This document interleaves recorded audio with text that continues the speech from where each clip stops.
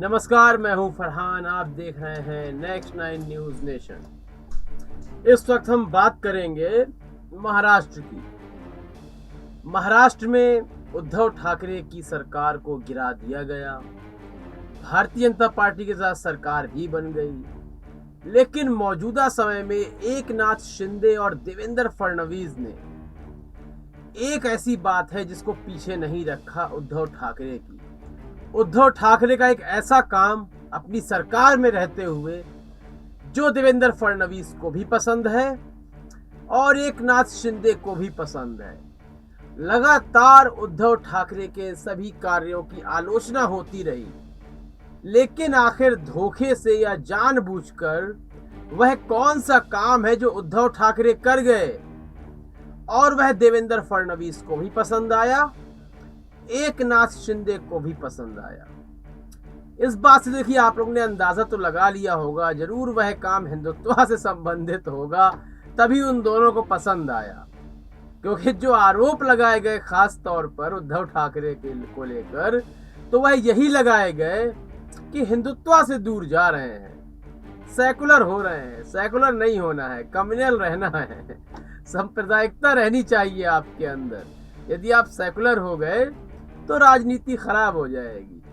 तो हिंदुत्व की बात चल रही थी और चलती भी रहनी चाहिए, बस हिंसाएं ना हो इन सब बातों को लेकर। तो आखिर उद्धव ठाकरे ने हिंदुत्व के लिए ऐसा कौन सा कार्य कर दिया जिसको लेकर देवेंद्र फडणवीस यह बोल उठे कि उद्धव ठाकरे और हमारे बीच यह चीज समान है, यह विचारधारा हम दोनों की एक ही है। तो अब यहां से और क्लियर हो जाता है जब उन्होंने विचारधारा कह दिया कि हिंदुत्व को लेकर ही कोई काम हुआ होगा। जी हाँ, नाम बदलने को लेकर, जो एक नाम बदलने की राजनीति चल रही है उसको लेकर हुआ है। तो उद्धव ठाकरे ने भी जाते जाते 2 जगहों के तो नाम बदल दिए। वह सोच रहे थे कि शायद नाम बदलने के एवज में उन्हें सरकार में वापसी मिल जाए, एकनाथ शिंदे वापस आ जाएं। लेकिन कार्यक्रम तो कुछ और ही था जिसको अंजाम भी दिया गया। तो मैं आपको बता दूं कि औरंगाबाद, उसका नाम बदला था उद्धव ठाकरे ने। उसका नाम रखा था संभाजी नगर। और एक है उस्मानाबाद, उसका नाम धाराशिव रखा था। तो इन 2 जगहों के नाम बदले थे, जिनको लेकर विपक्ष, अब विपक्ष कहना गलत होगा, सत्ताधारी दल कोई बदलाव नहीं करेगा। इसको लेकर देवेंद्र फडणवीस ने कहा कि इस मुद्दे पर हम दोनों की विचारधारा एक है, इसलिए उनका यह किया हुआ काम आगे बढ़ाया जाएगा और इन नामों में तब्दीली होगी। तो चलिए, कम से कम उद्धव ठाकरे की एक बात तो मान ली गई, और शायद वह शुरू से ही इन्हीं मुद्दों पर चल रहे होते तो शायद आज सरकार में होते, मुख्यमंत्री होते।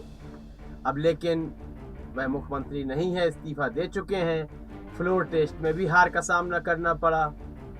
स्पीकर पद का जब चुनाव हुआ तो वहां भी उनका पक्ष हार गया। तो कम से कम उनकी एक बात रखी गई है और उनके एक काम की सराहना हो रही है। तो शायद यह सोचकर उद्धव ठाकरे भी खुश होंगे। तो क्या ये नाम बदलने की राजनीति वाकई में देश में कोई बड़ा बदलाव लाएगी? क्या अब तक जो नाम बदले गए हैं इससे देश में कोई बड़ा बदलाव हुआ है? क्या नाम बदलने के बाद इस देश को हिंदू राष्ट्र के रूप में देखा जाएगा? इन सब मुद्दों को लेकर आपकी राय हमें कमेंट सेक्शन में अवश्य चाहिए। अपनी राय अवश्य दें, कार्यक्रम को लाइक करें, ज्यादा से ज्यादा शेयर करें और चैनल को सब्सक्राइब अवश्य कर दें। तब तक के लिए इजाजत दीजिए, धन्यवाद।